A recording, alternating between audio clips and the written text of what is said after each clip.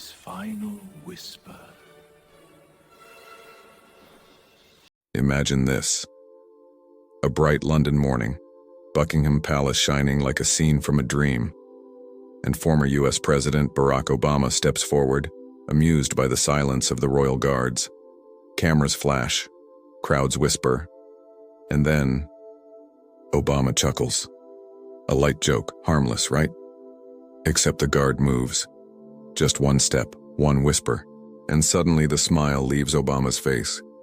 His posture changes. Something in his eyes shifts, respect and shock. Because that whisper, it wasn't a threat.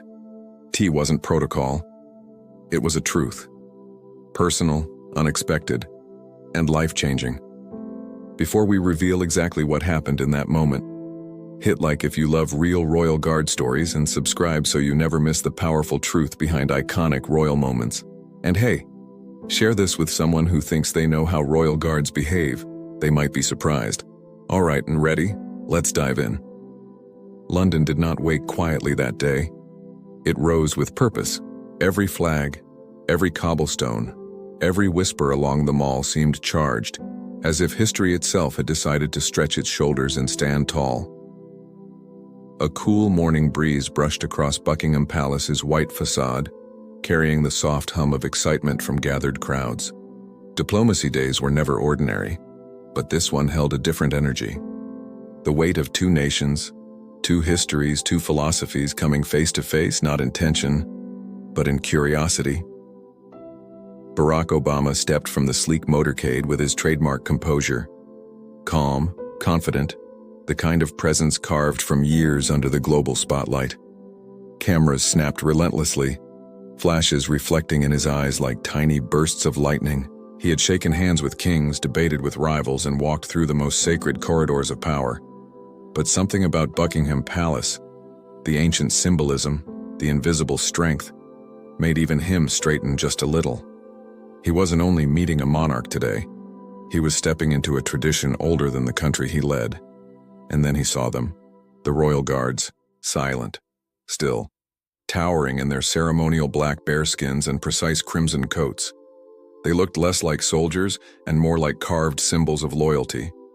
Guardians not merely of a palace, but of an idea, duty above self, history above ego, discipline beyond comfort. Obama slowed his steps. "They really stand like that, huh?" he murmured to one of his aides, a half grin tugging at his mouth. "No itch scratching? No stretching? No blinking contest?" The aide chuckled softly, but subtle glances from nearby officials hinted. This was sacred ground. Humor was fine. Too much familiarity, not so much. A small ripple of laughter rose from a few tourists who overheard. Even in such formal surroundings, the American charm felt refreshing. Obama wasn't mocking, he was marveling. But curiosity, especially from powerful men, is rarely neutral. The guard nearest him didn't move, didn't react, not a hint of acknowledgement. Obama leaned slightly, almost boyishly intrigued. "Do they ever?" He motioned vaguely, searching for the right word. "Crack?" A British officer nearby answered crisply. "They are trained to endure, sir." The president nodded, impressed. But then, with the ease of a man used to connecting through humor, he made a light remark, playful, respectful, but undeniably curious. "I'd last maybe 10 minutes before I asked for a chair." A few chuckles, a few tight smiles. A royal equerry's eyebrow rose by exactly 1 imperceptible millimeter. And that was when it happened. Without warning, the guard nearest him shifted, just one precise step forward, slow and controlled, like a chess piece guided by fate rather than impulse. A move so deliberate it sliced through the courtyard stillness. The crowd hushed in an instant. You could feel hearts pause. Even the pigeons seemed to freeze in the air. Obama blinked, not startled, but caught in the gravity of the moment. He straightened, instinctively respectful now, instinctively aware this was no joke, no ceremonial slip. Something was happening, something unscripted inside one of the most scripted environments on Earth. The soldier, face unreadable, posture iron, leaned ever so slightly, enough that only Obama could hear. A breath, a heartbeat, then a whisper. 6 quiet words, soft enough to drown in wind, sharp enough to cut through air. We stand for those white Nalmro can't. No threat, no correction, no outrage, just truth. Pure, heavy, human. Obama froze, the warmth in his smile replaced by something deeper. Recognition. The kind that doesn't shout but sinks straight into bone. For a second, it wasn't two symbols meeting. It wasn't a president and a palace. It was 2 men thinking of sacrifice, of those who served and never came home, of silent graves and folded flags. He didn't speak. He simply nodded, slowly, respectfully, the way soldiers nod to soldiers. The whisper hung between them like incense in a cathedral, sacred, invisible, unforgettable. And then the guard stepped back, returning to his unbreakable stance, expression untouched, as if nothing had happened, as if the moment had been conjured by imagination. But it wasn't imagination. The royal equerries noticed the shift. The photographers sensed something. They didn't know what, but they felt it. The air had changed. Reverence had replaced curiosity. Obama's aides exchanged confused looks. They had not heard the words, but they recognized the transformation. Moments like this didn't require explanation. They announced themselves through energy alone. The president inhaled quietly, like a man suddenly remembering the weight of uniforms, the faces of fallen friends, the nights he had read letters to grieving families. His voice dropped softer now, grounded by something more than ceremony. "Remarkable discipline," he said, not as a leader praising formality, but as a human acknowledging courage. The British officer beside him nodded once. "Centuries of duty, sir." Duty, a word Americans knew, but here it felt ancient, ceremonial, almost spiritual. Obama wasn't a man easily humbled, but this moment didn't humiliate. It humanized, because power changes rooms, but sacrifice changes hearts. And in that brief whisper, the palace courtyard stopped being a tourist attraction. It became a tribute to every soldier who stood so others could live freely. Obama continued walking, posture subtly shifted. No more playful curiosity. Now there's respect in each step, reverence in each glance.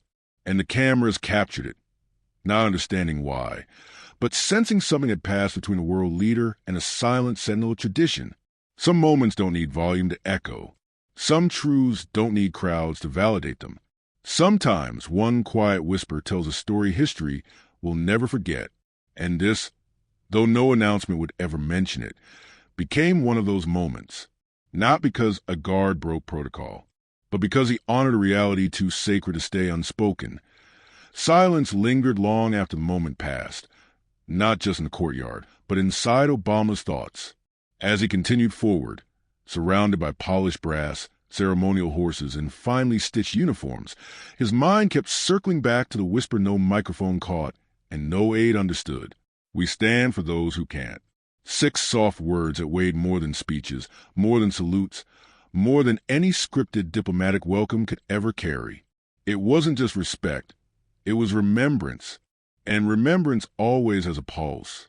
Inside Buckingham Palace, corridors glimmer with portraits of monarchs and marble polished by centuries of steps.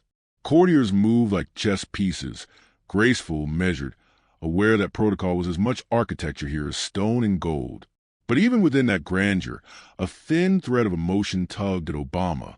As cameras reset positions and dignitaries prepared for formal greetings, a palace staffer walking behind him noticed a subtle shift.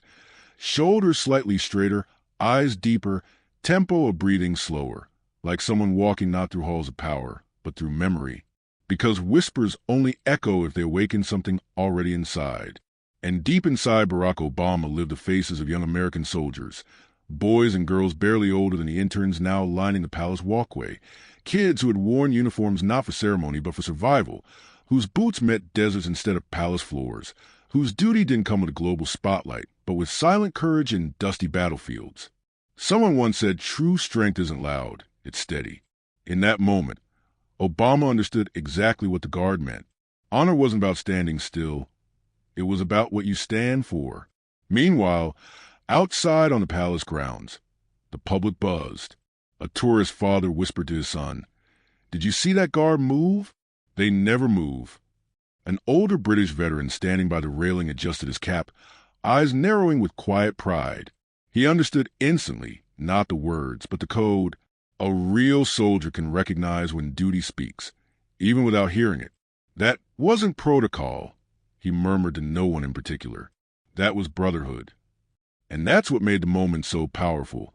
Two men from different nations, different uniforms, different lives connected by a universal truth. Service has no borders. Sacrifice has no accent. Honor doesn't need permission.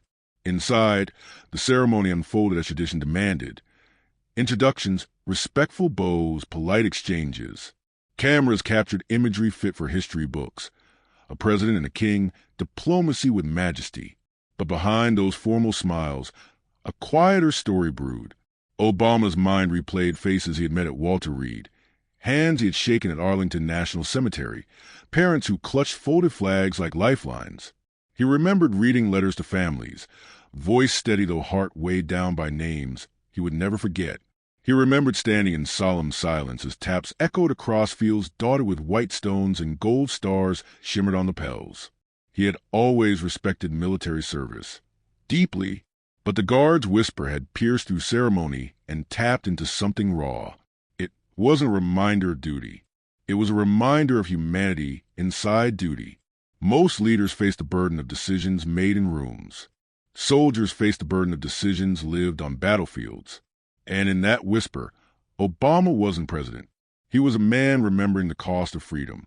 Later, during a quieter moment in a private chamber adorned with tapestries and burnished wood, an aide leaned in. "Sir, you seem thoughtful outside." Obama wasn't a man who often paused before answering, but here he did. "I was reminded," he said slowly, "that uniforms don't just represent countries. They represent graves, families, futures interrupted." The aide nodded, not fully understanding, yet sensing the depth. "You know," Obama continued quietly, "people think standing still is easy, but sometimes the quietest service carries the heaviest weight." He wasn't speaking about posture. He was speaking about purpose. Some people hold guns. Some hold nations. Some hold silence. For those who will never speak again. Back outside, the guard stood motionless once more, but now with a heartbeat only one man truly understood. Not all heroes march. Some stand so others can live freely. A tourist tapped a friend. "Do you think he said something to Obama?" His friend shrugged. Guards don't talk. But history isn't written by rules. It's written by moments. And this moment would never appear in official transcripts, never fill headlines, never be replayed on television. It wasn't meant for the world. It was meant for the conscience of one man. A reminder that leadership isn't only measured in decisions made, but in truths understood. Because behind medals and uniforms, every soldier is someone's child, someone's memory, someone's silent prayer. As the visit moved into its formal stages, a palace staffer discreetly approached the commanding officer of the guard. "Was there a breach?" she whispered with concern. The officer, a man carved by decades of service and seldom moved by palace gossip, simply shook his head. "No breach," he murmured. "Just remembrance." And with that one statement, the incident transcended discipline. The royal guard hadn't broken protocol. He had honored a universal code of dignity that existed long before monarchy and presidency, long before flags and borders. The most sacred respect is not commanded. It is shared. Obama later stood before a window overlooking the palace courtyard, watching tourists laugh. Photographers chased angles, and the guard resumed his silent watch. For a brief moment, he wasn't thinking about politics, legacy, or cameras. He was thinking about soldiers who never return home, and the ones who live forever carrying the battlefield within them. Sometimes the strongest voices whisper. Sometimes the greatest lessons arrive without ceremony. Sometimes history shifts not with speeches, but with 6 quiet words. And in that stillness, Obama understood something few ever truly grasp. Power can move nations, but respect can move souls. That day, many saw pageantry. A few saw politics. But only two men, one who served at the highest desk and one who served at the quietest post, experienced something deeper, a shared truth, a soldier's truth. And for the rest of that visit, Obama's smile still shone, but now behind it, there was something else. Honor, not just given, but felt, and that changed everything. There are moments the world sees, loud, gilded, staged for cameras. And then there are moments that pass quietly, slipping under headlines but lodging themselves inside memory, where they change something forever. For Barack Obama, the rest of the palace tour should have felt familiar. Diplomacy, handshakes, polite laughter, ceremonial dialogue layered like polished marble. Yet his steps were slower, his eyes sharper, as if every portrait and every echoing footstep carried a deeper meaning now. Duty was no longer ceremonial on this visit. It was personal. Inside one of the palace's grand reception rooms, gold leaf dancing along the ceilings, chandeliers glittering like suspended constellations, Obama found himself listening to a briefing on royal history. It was a kind of setting few humans ever experience. Rare porcelain gleaming in tall cabinets, priceless tapestries depicting battles where kings once led armies on horseback. But even in this majestic bubble, one sentence replayed silently in his mind. "We stand for those who can't." He breathed in slowly. He could almost see Arlington again, rows upon rows of white headstones beneath an open sky. He remembered each ceremony, each folded flag placed gently into trembling hands. He remembered looking into the eyes of parents, spouses, children, knowing that words could never fill the silence a soldier leaves behind. Silence. That's what the guard used. Not a shout, not a command, but silence sharpened into truth. A British footman poured tea with precision practiced over decades. Obama nodded politely but barely tasted it. His thoughts were elsewhere, standing not in gilded halls, but on parade field and hospitals, near graves marked not by grandeur but by sacrifice. One aide noticed his distance and whispered, "Everything okay, sir?" Obama gave a small, knowing smile. Some things remind you what matters. A short while later, he stood beside a palace window, gazing out at the courtyard where the guard resumed his post, face unreadable, posture eternal. People often assume power isolates, but in moments like this, power connects you to weight, to history, to those who gave something you never can repay. A soft knock sounded. A royal household advisor entered gently, speaking in a tone reserved for dignified company. "His Majesty will join you momentarily, sir." Obama nodded, then glanced once more toward the window. The guard hadn't moved, but the moment hadn't faded. He whispered to himself, not for cameras, not for aides, not for history books. They carry the past so the rest of us can face the future. The palace tour resumed. Ornate rooms, centuries-old crests, carpets woven in an era before electricity. Obama listened, appreciated, admired, yet with every step, the whisper seemed to accompany him, like a quiet drumbeat beneath ceremony. War rooms, strategy tables, family portraits spanning monarchs and centuries, heritage everywhere. Then, in a smaller, more intimate gallery, quiet, wood-paneled, with sunlight pouring through tall windows, Obama paused before a portrait. It depicted a young officer in military uniform from another era, pride etched in his expression, dignity in his stance. A royal historian noticed Obama's stillness. "Prince Albert's brother," she explained softly. "He died in service. The family never forgot." Obama nodded thoughtfully. Service leaves shadows, but also light. The woman tilted her head, impressed. "Most guests see uniforms and crowns. You see sacrifice." He smiled gently. "Crowns and uniforms don't carry legacy. People do." A young palace staffer, hardly older than the soldiers Obama once addressed at bases around the world, stood nearby, watching with awe. To him, Obama wasn't merely a former president. He was a global symbol, a leader who had carried nations in his voice. Yet in this moment, that young staffer didn't see power. He saw humility. It struck him. The same humility he saw in royal guards who stood for hours without complaint, because duty wasn't measured in comfort but commitment. He would later write in his private diary, "I saw two forms of leadership today, one that guides a nation and one that guards a legacy. Both stood still in honor. As they moved into Palace's military tribute room, a space lined with medals, regimental flags, and solemn inscriptions, Obama stopped again. This time, he wasn't looking at gold or glass. He was reading a simple inscription carved into a memorial plaque. For those who gave all, loyalty outlasts life. He exhaled deeply. He had spoken to mothers clutching medals as though they were beating hearts. He had seen veterans fight battles long after wars ended. Invisible wounds the world seldom honors with ceremony. He knew the weight of a name read aloud in remembrance, the silence that follows, the dignity in grief. In that quiet chamber, Obama understood something universal. Power can command armies. Grief commands respect. And respect, true respect, doesn't bow to titles. It bows to sacrifice. His Majesty King Charles eventually joined him, gracious, formal, yet sincere. Warm conversation flowed, climate, service, family, legacy. Two leaders speaking softly in a room older than both their nations' modern histories. At one point, Charles remarked thoughtfully, "The guard outside, they endure much, don't they?"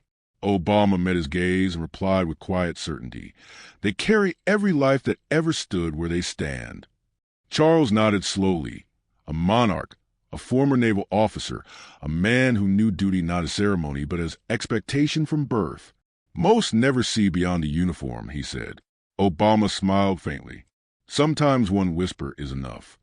Neither man explained further. They didn't need to. Duty recognizes duty. Honor recognizes honor.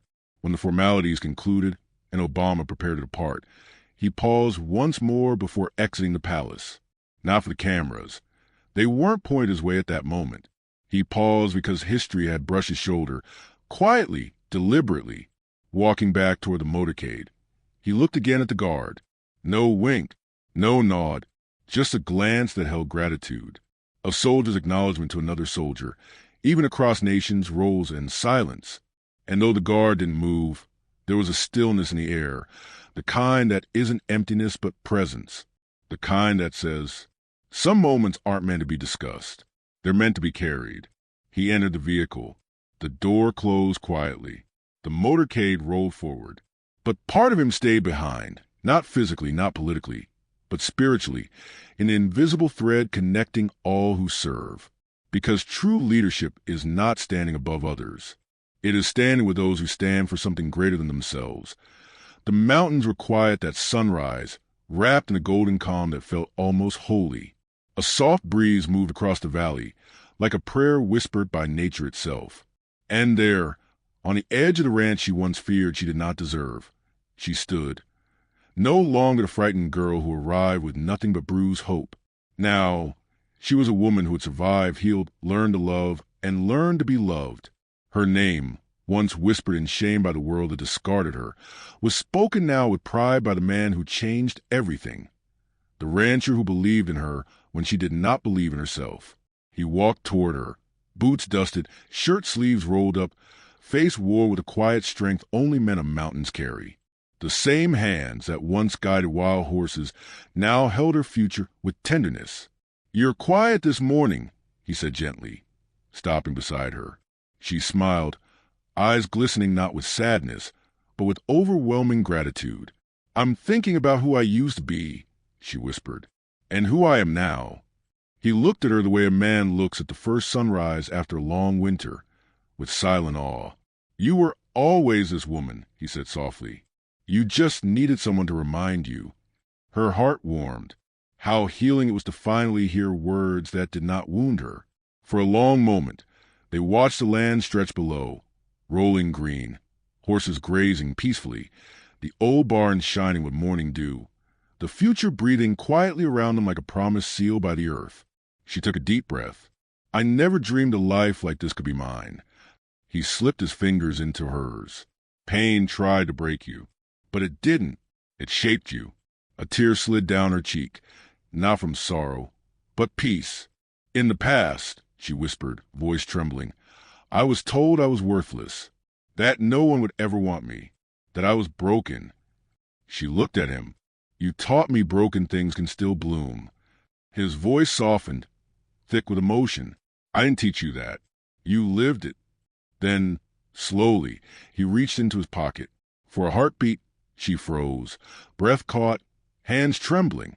Because sometimes happiness is so overwhelming it feels unreal, like a dream that could disappear if you move too suddenly. I don't need fancy words, he murmured. Just truth. He knelt, not in grand gesture, but humble sincerity. You didn't just walk into my life, he said quietly. You rebuilt it, piece by piece, miracle by miracle. She covered her lips, breath shaking, tears falling with silent force. You gave this ranch a heart again.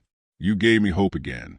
And if you'll let me, I want to spend every sunrise and every storm holding you, protecting you, believing in you, just like you believed in me. The ring was simple, hand-carved silver, the kind a man fashions not with money, but with devotion, the kind built from his own hands, his own effort, his own heart. Will you marry me? His voice was steady. Not because I saved you, but because we saved each other. Her soul cracked open like morning light breaking mountains. Yes, she breathed. 1,000 times, yes. He stood, and she fell into his arms, shaking, laughing, crying, all at once. The sound of a life finally free, finally loved, finally whole. There was no applause, no crowds, no grand hall or royal scene. Only open land, honest love, and the sound of horses running free, like the life she had finally earned. And that made it more real than any fairy tale. Later, the ranch workers gathered. Men who once doubted she belonged, now smiling like brothers proud of their sister. The old cook wiped tears, muttering, "Told you all that girl was heaven sent." They celebrated simply. Fresh bread, warm stew, music played on an old guitar. The dogs lay sleeping near the fire, horses wandering close like curious friends, as if the ranch itself came to witness love being built in quiet ways. She stood beside him, his arm around her waist, her heartbeat steady, safe. For the first time in her life, she felt like she was not surviving a world. She was belonging to one. That night, they walked by the barn, moon hanging low, stars dusting the sky like blessings. "You know," she whispered, smiling, "I thought healing would mean forgetting my past." He shook his head gently. "No, healing means your past stops holding you hostage." "And now?" she asked softly. "Now," he whispered, brushing her cheek, "your past is just proof of how strong you are." She leaned into him. "Do you think I'll ever stop feeling grateful?" He smiled, brushing his thumb over her hand. "Gratitude is not weakness. It's proof your heart is alive." She rested her head against his chest. "Then I hope I feel grateful forever." He kissed her forehead, slow and tender. "Forever sounds right to me." And from that night forward, she was no longer the girl the world gave up on. She became the woman who turned pain into strength, fear into courage, and loneliness into a home built on love. Some people spend lifetimes searching for grand miracles. She found hers in a quiet ranch, in a gentle man, in honest soil and honest love. A life once broken was now whole. A heart once abandoned was now cherished. A soul once silenced now sang to the mountains. Not because fate handed her kindness, but because she walked through fire and still believed in morning. And she was right, because morning came, and it stayed.